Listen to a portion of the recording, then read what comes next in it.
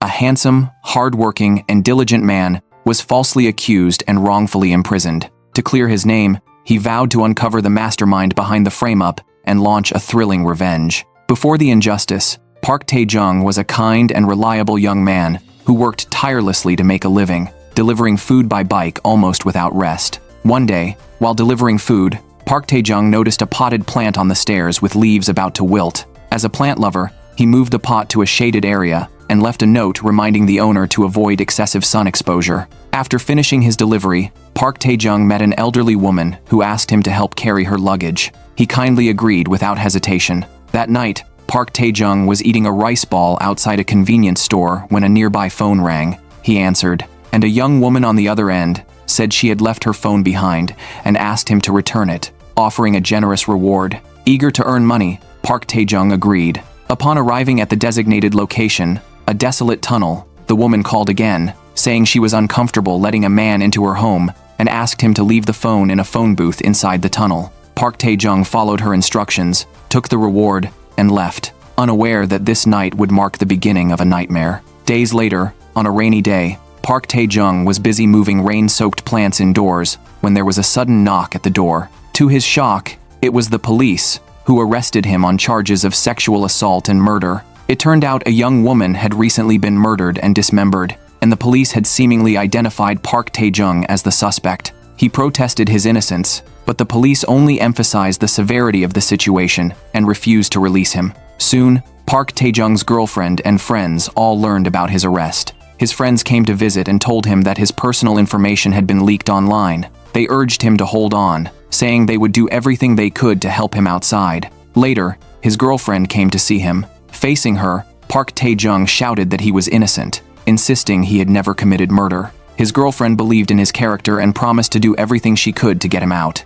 She hired a lawyer, who said the top priority was to find Park Tae-joong's alibi. His girlfriend and friends realized that as a delivery rider, Park Tae-joong had records of every delivery. Finding these records could prove he had no time to commit the crime. At the trial, the lawyer presented this evidence. According to the schedule, Park Tae-joong had been busy delivering food all day on the day of the crime, leaving no time to kill and dispose of a body. The presentation of the schedule gave Park Tae-joong hope of clearing his name. However, the prosecution's detailed indictment quickly turned the situation around. They presented Park Tae-joong's GPS location on the day of the crime, raising several questions. One was that he had delivered food to the victim's neighborhood, and the time he spent going up and down the stairs exceeded the normal delivery time. Park Tae-joong explained it was because of the potted plant he had moved it and left a note, which took a few extra minutes. The prosecution then asked why he had been carrying a suitcase that day. Park Tae-joong said he had helped an elderly person with it after finishing his deliveries. Unexpectedly, the prosecution revealed that this was the very suitcase found at the crime scene. Forensic results confirmed it had been used to transport the body. Additionally, convenience store surveillance showed that Park Tae-joong had been in possession of the victim's phone. He explained that he had picked it up by chance and intended to return it to the owner. But the prosecution presented evidence that the tunnel where Park Tae-joong returned the phone was only a few dozen meters away from the body disposal site. In addition to these doubts, the prosecution presented a crucial piece of ironclad evidence. Investigations revealed that the victim had been dismembered inside the building where she lived. Moreover, a male's bodily fluid was found on the victim's lower body. Forensic results proved that the fluid sample matched Park Tae-joong's perfectly. Every piece of evidence pointed squarely at Park Tae-joong. Based on this, the prosecution charged him with murder and sexual assault. Park Tae-joong shouted his innocence, completely at a loss as to how this could have happened. At this point, the prosecution spoke again, pointing out that the sun-exposed potted plant Park Tae-joong mentioned did not exist in that building. Park Tae-joong was plunged into despair. That day, his girlfriend came to visit him again. However, by this point, the lawyer had already given up on defending him. Even his girlfriend had lost faith in Park Tae-joong. The reason was that in the evidence photos from the scene, she saw a couple's bracelet that belonged to Park Tae-joong. In a state of collapse, the girlfriend took off the bracelet and broke up with him. She could no longer bring herself to believe in her lover. Not long after, Park Tae-joong was sentenced to life in prison and sent to prison. Shortly after becoming a prisoner, a public defender, Lawyer King, came to see him. Lawyer King appeared full of compassion. He said he had doubts about Park Tae-joong's case, believing the prosecution's investigation had not considered other possibilities. He urged Park Tae-joong to try his hardest to recall any clues he could think of, and that he would do everything in his power to help.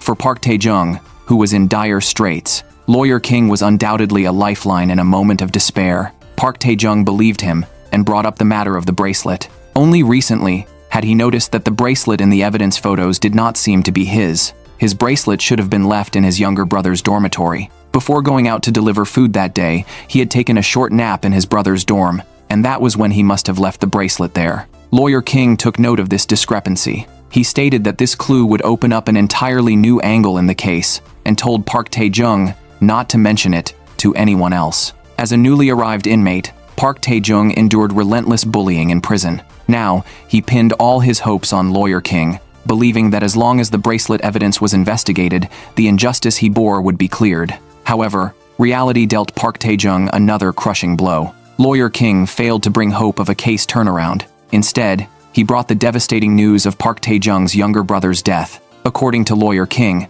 by the time he reached the dormitory, the younger brother was already dead, and a suicide note had been left behind. The loss of his brother extinguished Park Tae-joong's last flicker of hope.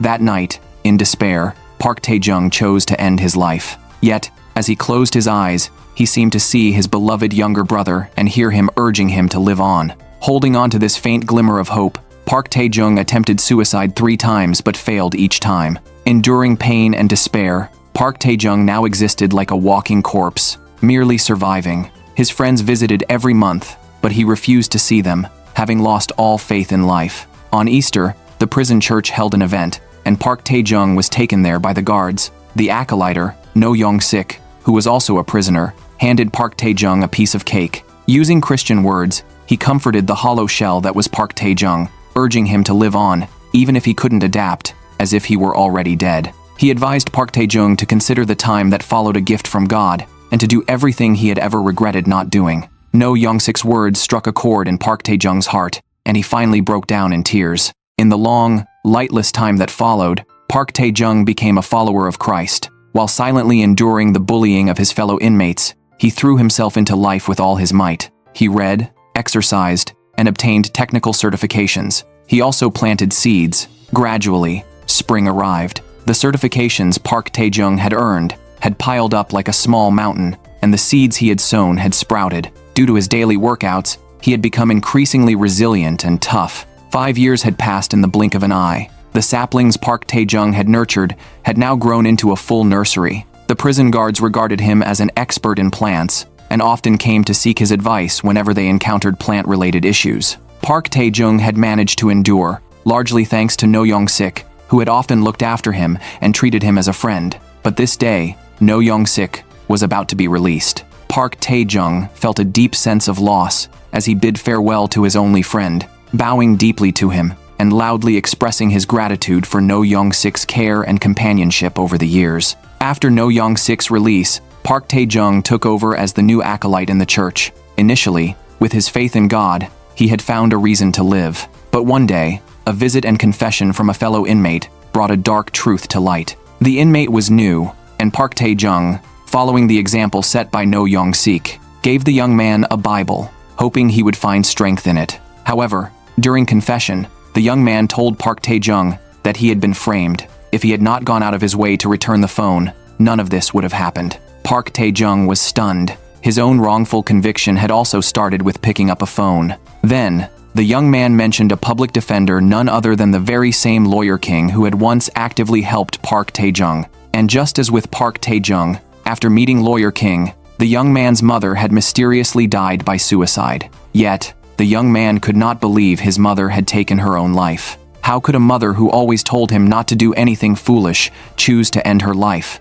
The young man's account left Park Tae-joong deeply shocked. Every detail of his story, the way he had been wronged, was almost identical to what had happened to Park Tae-joong. From this point on, Park Tae-joong began to re-examine his own case. The very next day, the young man who had confessed to Park Tae-joong died in prison also by suicide. By this point, Park Tae-joong was almost certain that behind both his own wrongful conviction and that of the young man, there must be a dark hand manipulating everything. Driven by this realization, Park Tae-joong actively reached out to Lawyer King, falsely claiming to have thought of additional clues. During their meeting, Park Tae-joong confronted Lawyer King, stating that he did not believe the similarities between the two cases were mere coincidences. As expected, after a round of questioning, Lawyer King dropped his disguise and revealed his true nature. With a sinister smile, he admitted that the entire case had been fabricated. The conspiracy had begun in secret from the moment Park Tae-joong picked up the phone. Later, Park Tae-joong's younger brother found his bracelet in the dormitory,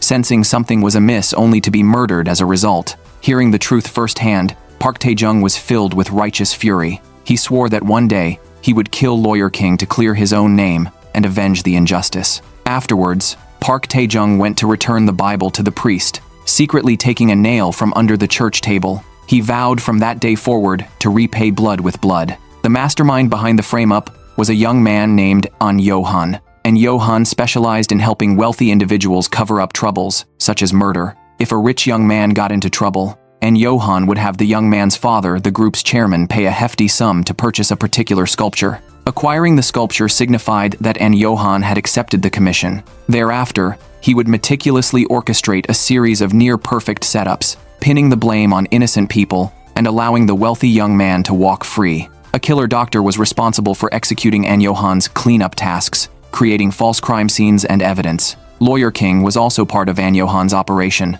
At the same time, while Park Tae-joong in prison was executing a secret plan. During this time, using his skills, Park Tae-joong no longer feared the prison's top inmate, even beating his opponent into submission and warning him not to provoke him again. The prison's top inmate, nicknamed Principal, had originally intended to eliminate the increasingly powerful Park Tae-joong. However, the warden privately approached him, hinting that he should not act recklessly. The two of them had been secretly involved in murderous activities within the prison, but with the recent death of the wrongfully accused young man, the warden, fearing a major scandal, instructed the principal not to cause any more trouble for the time being. After being released, No Young-sik took over his father's repair shop, barely making ends meet by fixing appliances. Learning from the priest that Park Tae-joong had returned the Bible, No Young-sik grew concerned and met with him, worried that Park Tae-joong might be giving up on himself. Park Tae-joong shook his head and chose to confide his plan to No Young-sik. He was going to escape. To achieve his escape, Park Tae-joong began his secret operations in plain sight. While cleaning during the day, he would deliberately note the guards' shift changes, the keys to the doors, the arrival times of the food delivery trucks, and so on. He had to prepare meticulously for all these details. Yet, danger lurked at every turn within the prison. That night, a cellmate was transferred to Park Tae-joong's cell. The cellmate had been sent by the principal, who was unwilling to let go and wanted him to teach Park Tae-joong a lesson. Unfortunately for the principal, his plan backfired. Park Tae-joong sensed the danger and, after a brief fight, defeated the cellmate without a scratch. However, Park Tae-joong realized that the principal was a major threat that had to be eliminated. The next day, Park Tae-joong deliberately provoked the principal by bringing up how he had violated his own sister, infuriating him. The enraged principal, now intent on killing Park Tae-joong, was subdued by the arriving guards and placed in solitary confinement.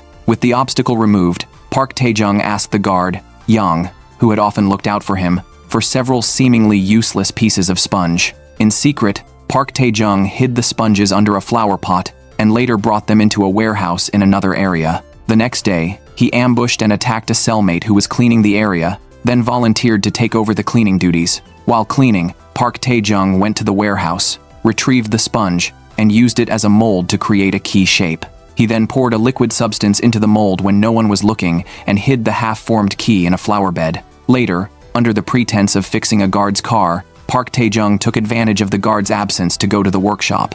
There, using the skills he had learned, he cut and copied 2 keys. When the guard returned, he conducted a routine search, but failed to find the hidden key because it wasn't on Park Tae-joong. It was tucked inside the burger bag the guard had given him. At the same time, the killer doctor, who was working with An Yo-han, arrived at the prison under the guise of administering vaccines to the prisoners. His real intention was to secretly replace the medication and kill Park Tae-joong. Fortunately, the warden unintentionally helped Park Tae-joong. The previous day, the prison had held a fighting competition, and the warden had bet on Park Tae-joong, who was known for his fighting skills. Not wanting the vaccine to affect his performance, the warden had someone else take Park Tae-joong's place for the vaccination. Park Tae-joong, however, had no interest in the fight. The next day, he casually knocked out one of his opponents and called it a day. Today was the day Park Tae-joong had planned to escape. Only half an hour remained before the plan was to be executed. At this moment, the killer doctor discovered that the person who had been vaccinated was an imposter and insisted that Park Tae-joong receive the vaccine. Park Tae-joong, while keeping an eye on the time, agreed to the injection. Unbeknownst to him, the doctor had replaced the vaccine with a lethal drug. After being injected, Park Tae-joong seized the moment to retrieve the hidden nail he had stashed away. He jammed the nail into the power source, cutting off the electricity and disabling the surveillance cameras. While the guards went to investigate the power outage, Park Tae-joong slipped into the control room and stole the keys. He then used the copied keys to open the warehouse, where he secretly changed into civilian clothes for an easier escape. With the stolen keys, he unlocked the iron doors one by one, finally reaching a ventilation shaft, the only spot out of the guard's sight. Park Tae-joong removed his prison uniform and crawled into the shaft. The passage wasn't very long, and soon, he spotted a meeting room below. He climbed down and dropped into another warehouse, which led to a corridor leading to the prison's service area. Reaching the service area meant he was just a few steps away from the prison gate and freedom. Park Tae-joong pretended to be a visitor sitting in the service area's lobby. He quietly cut open a food box brought by an elderly man, creating a diversion to slip away unnoticed. Thanks to his meticulous planning, Park Tae-joong actually made it out of the service area's door. Regrettably, the moment he stepped outside, the drug's effects kicked in, making the world spin around him. He ultimately collapsed at the entrance, foiling his escape. When he woke up, Park Tae-joong found himself back in the prison's infirmary. The doctor informed him that he had been injected with rat poison. Fortunately, because he often took vitamins, the poison's potency was weakened. The prison guard, aware of Park Tae-joong's escape attempt, spoke harshly to him. Once Park Tae-joong recovered, an investigation would be launched. Park Tae-joong asked the guard to convey his gratitude to No Young-sik, as it was No Young-sik who had bought the vitamins for him. In a way, No Young-sik had saved his life once again. At this moment, the principal had just been released from solitary confinement and immediately came looking for Park Tae-joong with a group of his men. However, Park Tae-joong had long developed the habit of sensing danger. When the principal stabbed into the bed, it was empty. Facing the principal's aggressive approach, Park Tae-joong stood his ground alone. Though the principal had the numbers, he underestimated Park Tae-joong. With his exceptional skills, Park Tae-joong defeated all of the principal's men. The principal, wielding a sharp weapon, lunged at him. For survival, Park Tae-joong fought like a raging beast. After a few rounds, he overpowered the principal and launched a fatal attack on his vital point. Afterward, Park Tae-joong was placed in solitary confinement. During this time, he once again saw the illusion of his younger brother. He apologized for failing to protect him and swore to kill the one responsible for his brother's death. That very night, Park Tae-joong and several other inmates were blindfolded, beaten by the guards, and then taken in a secret van to an unknown location. This was also part of An Yo-han's plan. An Yo-han had extensive connections in the political world. The day before, he had approached the police chief, who then ordered the prison warden to comply with An Yo-han's every request. An Yo-han handed the warden a proposal to secretly extract over a dozen high-risk prisoners from the prison. As payment, An Yo-han tossed the warden 2 pieces of gold worth hundreds of millions. The greedy warden readily agreed. Later, the warden gathered several guards, gave each a large sum of money, and instructed them to cooperate. With the warden and multiple guards in on the plan, a total of 12 prisoners, including Park Tae-joong, were secretly taken out of the prison. Meanwhile, An Yo-han was gleefully reviewing the files of the 12 prisoners, each a notorious criminal, except for Park Tae-joong, who had been wrongfully convicted. That night, the 12 prisoners were taken to a secret location. The next morning, they were all dressed in white and brought to what appeared to be an abandoned factory. Standing at the highest point, greeting them, was the mastermind behind it all, An Yo-han. An Yo-han, filled with excitement, announced to the 12 prisoners that this was their land of opportunity. At this point, Park Tae-joong still did not know that An Yo-han was the very person who had framed him and was responsible for his downfall.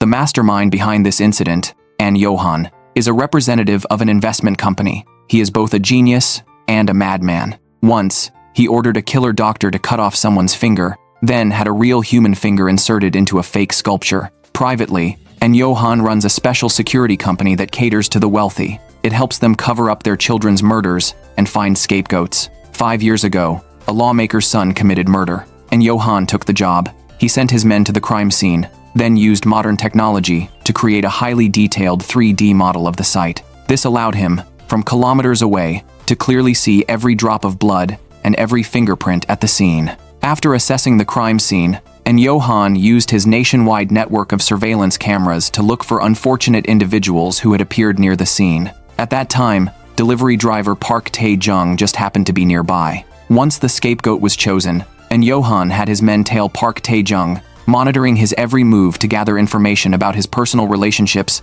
preferences, and more. Next, a special cleaning team infiltrated Park Tae-joong's home, collecting his fingerprints and any other useful evidence. Later, the team attached Park Tae-joong's fingerprints and footprints to various items related to the crime scene. They even retrieved Park Tae-joong's discarded household trash, extracted his personal bodily fluids, and had a doctor inject them into the victim's body, creating a false impression that Park Tae-joong had killed and assaulted the victim. And Johan left no detail untouched in fabricating the murderer. When surveillance revealed that Park Tae-joong had lost his bracelet, Johan immediately ordered an identical one to be placed at the crime scene. After learning from a lawyer that Park Tae-joong's bracelet was actually at his brother's dormitory, the killer doctor was sent to the dormitory to kill the brother and destroy the evidence. Every detail of Park Tae-joong's supposed presence at the crime scene, from helping an elderly person with their luggage to moving a potted plant in the hallway, was meticulously tailored by Johan based on Park Tae-joong's personal traits. Now,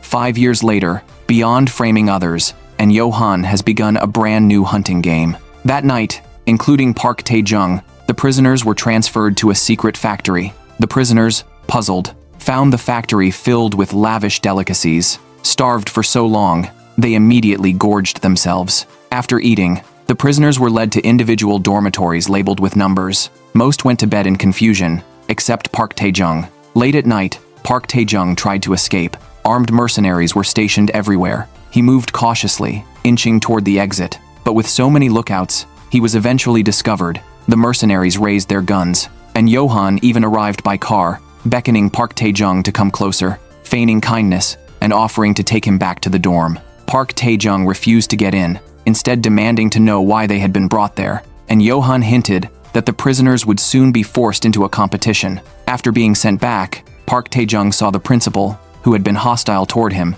and his group still gorging themselves in the living room. The principal once again taunted Park Tae-joong, vowing revenge. Words escalated into a fight until a mercenary fired a warning shot into the air, forcing them to back down. The next morning, a loud broadcast roused the prisoners, marking the start of a new and dangerous day. Dressed in white suits provided by Johan, they were gathered in the factory's open space. Standing at the highest point, Johan announced it was a racetrack. The prisoners would race in randomly assigned vehicles, with no rules. One prisoner, outraged by Johan's lawlessness, refused to participate, and Johan immediately shot him dead on the spot. The rest fell silent. In the tense atmosphere, Johan's men arrived in a truck, and Johan announced that inside the truck was 5 billion won in cash, which would belong to the winner of the race. Next, the prisoners were to retrieve their assigned vehicles from the pit stop according to the numbers on their uniforms, and Johan offered each prisoner a chance to meet with him privately,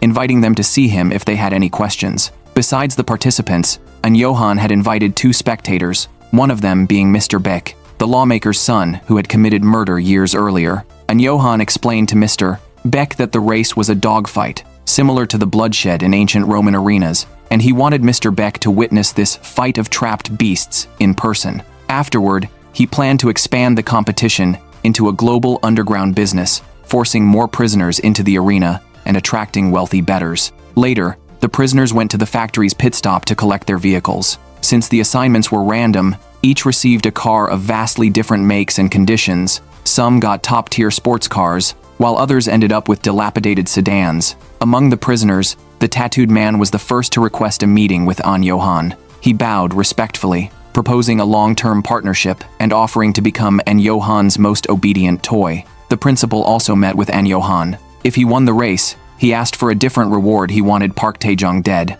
Johan laughed, saying he didn't care about the players' lives. If the principal could kill Park Tae-joong in the game, he would simply watch. With no rules in place, the prisoners began fighting among themselves, each trying to snatch the best vehicles. Meanwhile, prisoner No. 10 approached Park Tae-joong, seeking an alliance and proudly showing off the high-end sports car he had been assigned. At night, Park Tae-joong helped repair and reinforce the sports car. At that moment, the tattooed man came with several others to seize the car. However, Park Tae-joong sped off like the wind and directly rammed into the tattooed man, knocking him aside. Park Tae-joong's boldness angered the principal, who pursued him fiercely in a car, intent on both killing Park Tae-joong and stealing the vehicle. But Park Tae-joong, showing no fear, drove straight into the principal with full force, leaving the principal dizzy and disoriented. Seeing this, An Johan ordered the mercenaries into action. After the mercenaries fired warning shots again, the principal and his group finally ceased the conflict. However, due to the earlier collision, Prisoner No 10's sports car exploded. In the instant the car exploded, Park Tae-joong coincidentally noticed a vehicle ramp nearby, which led to the outside world, the land of freedom. Thus, Park Tae-joong once again conceived an escape plan. In order to break out a second time, the next day, Park Tae-joong requested a meeting with An Johan. Under the pretense of conversation, he observed the surrounding terrain and situation, searching for any possible means of escape. The race was scheduled for the following day. That night, Park Tae-joong fully modified his car. With the technical licenses he had obtained during his 5 years in prison, he was already highly skilled at repairs and modifications. The next day, the prisoners speculated wildly about the upcoming race. The tattooed man cast his gaze toward Park Tae-joong. Based on Park Tae-joong's past performance in prison, the tattooed man was certain that Park Tae-joong would be the final winner even if he were driving the worst car. For this reason, the tattooed man and his companions agreed that they would do everything possible to eliminate Park Tae-joong. And Johan contacted the tattooed man, accepting his proposal for a long-term partnership. He mentioned that he had placed a gift in the tattooed man's car, hoping he would use it to make the race more interesting. When the race began, the prisoners drove their respective cars to the arena one by one. Before the start, An Johan once again emphasized that there were no rules in the race, which meant that every driver could do whatever it took to win. As the drivers prepared, inside the highest room, the lawmaker's son, Mr. Baek, and others rolled up their sleeves and began placing bets. With the sound of tires screeching against the ground, a fierce battle for life and death officially began. Thanks to the modified vehicle, one prisoner pressed hard on the accelerator, only for the car to suddenly catch fire and explode halfway, killing the driver on the spot. Seeing this, the lawmaker's son clapped his hands and shouted that the game was thrilling. However, An Johan's gaze fell on Park Tae-joong. Ever since Park Tae-joong met with him the day before, An Johan had felt that Park Tae-joong seemed very familiar. Recalling what Park Tae-joong had said, An Johan suddenly remembered that Park Tae-joong was the scapegoat he had personally framed and wrongfully imprisoned 5 years ago. After confirming this, An Johan ordered the tattooed man to eliminate Park Tae-joong on the track. Upon receiving the command, the tattooed man pursued Park Tae-joong relentlessly. The other prisoners, also seeing Park Tae-joong as a threat, chased after him from behind. However, the large number of pursuers caused chaos,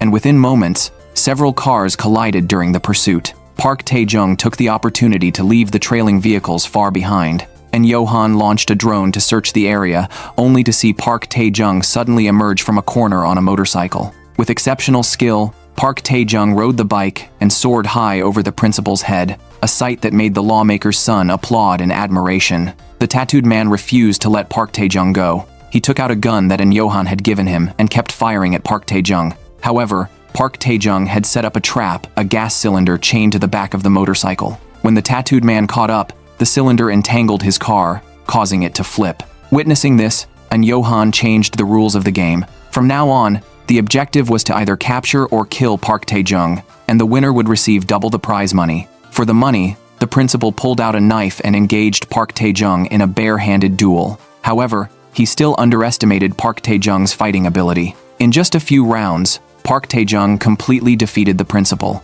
Up high, the deranged An Johan grabbed a sniper rifle and kept firing at Park Tae-joong. Park Tae-joong took cover while hopping on a motorcycle. Noticing Park Tae-joong's gaze toward the ramp, An Johan suddenly understood the real purpose of Park Tae-joong's visit the day before. To escape, Park Tae-joong smashed open the chain on the gas cylinder, causing it to be thrown and trigger a massive explosion on site. Amidst the bloody flames, Park Tae-joong sped off toward the ramp on the motorcycle. At that moment, An Johan pulled the trigger behind him. Last night, Park Tae-joong spotted the ramp in the racing game, hopped on a motorcycle, and sped away, narrowly avoiding An Johan's bullets, before landing safely on the riverbank. After escaping, Park Tae-joong avoided the crowd, and went to his former cellmate No Young-sik's electronics repair shop. Young-sik not only bandaged Park Tae-joong's wounds, but also let him stay and gave him a smartphone. Park Tae-joong visited the columbarium to see his mother and brother, his resolve for revenge growing stronger. To uncover the mastermind behind the frame-up, he decided to start with the deceitful king lawyer. After some searching, Park Tae-joong quickly located the lawyer's hideout and followed him that night, giving the hypocritical man a severe beating. While searching the lawyer's office, Park Tae-joong found a photo and file of a girl. He demanded to know what the lawyer planned to do with the information. Under Park Tae-joong's threats, the lawyer confessed that the girl was a model selected to take someone else's place in prison. The framing process involved stalking her to gather personal details, exactly what Park Tae-joong had endured.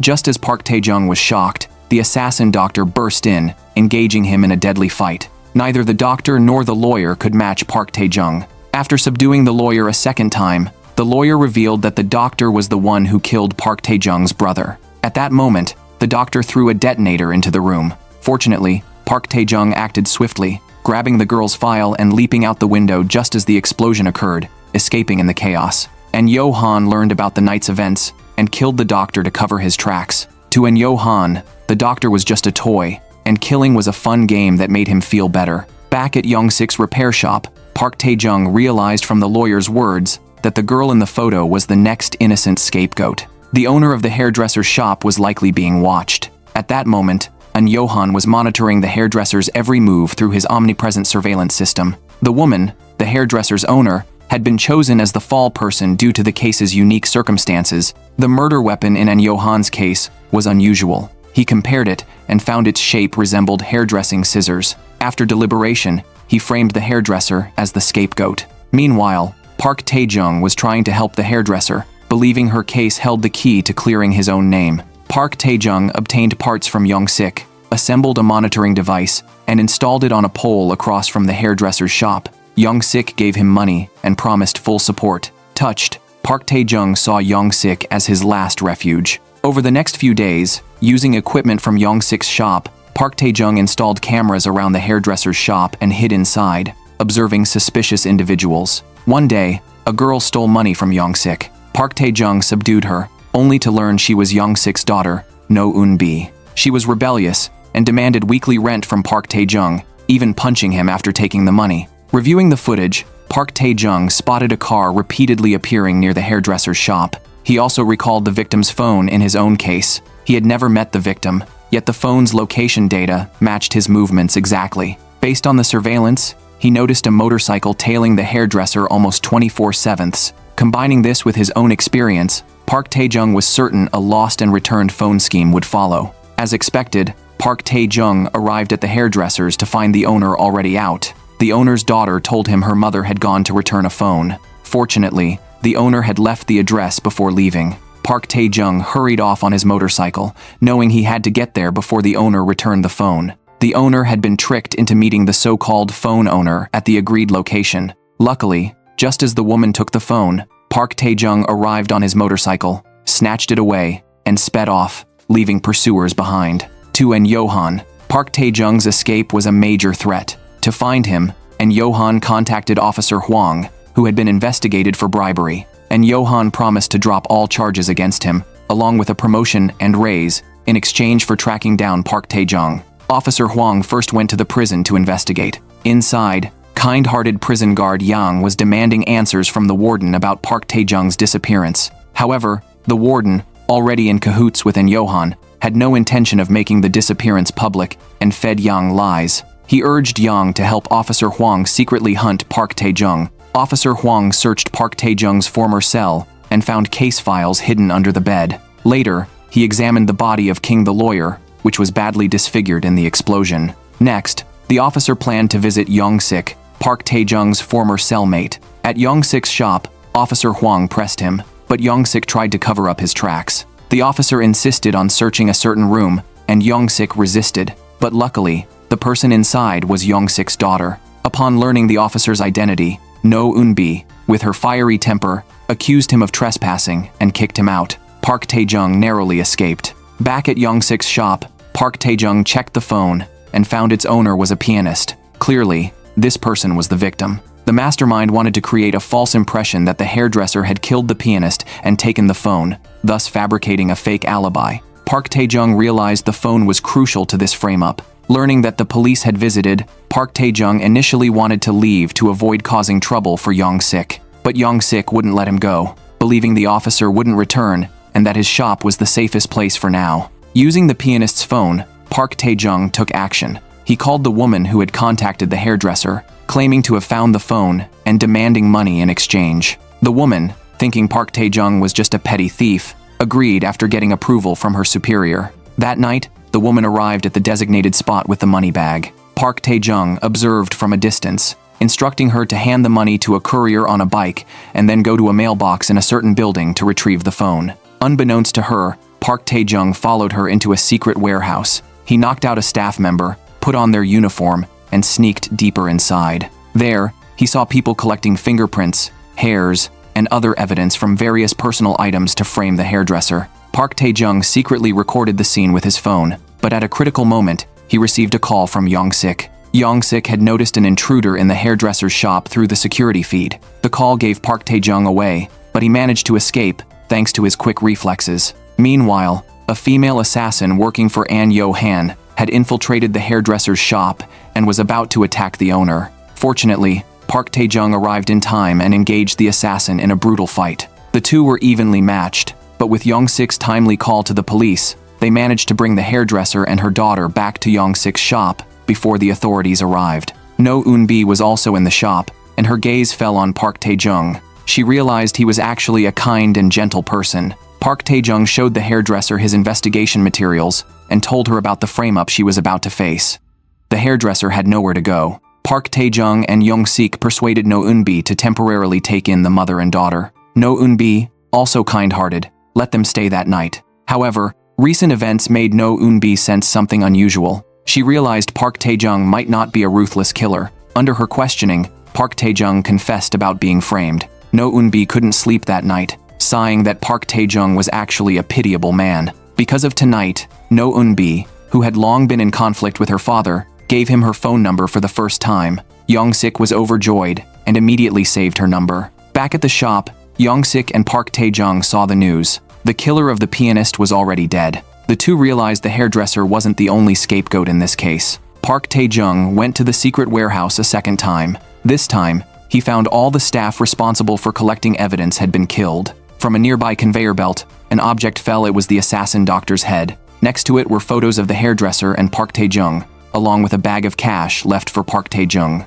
Realizing the mastermind was mocking him, Park Tae-joong was furious. A large screen in front of him displayed the son of a congressman, labeled as the real killer, arrogant, and Johan even provided an account name, urging Park Tae-joong to seek revenge. Behind the scenes, An Johan saw himself as a god, orchestrating this grand game. Everyone in the warehouse had been killed by his orders. The day before, when An Johan learned his subordinates had foolishly spent money to retrieve the phone, he immediately ordered the female assassin to kill those in the warehouse. Now, he wanted Park Tae-joong to go after the congressman's son because he was being threatened by the congressman. After Park Tae-joong's escape, the congressman and his son held An Johan accountable, even demeaning him as a servant. And Johan naturally wouldn't tolerate anyone looking down on him, so he planned to use Park Tae-joong to eliminate the congressman. At this moment, Park Tae-joong was consumed by rage, unaware of the extreme danger ahead.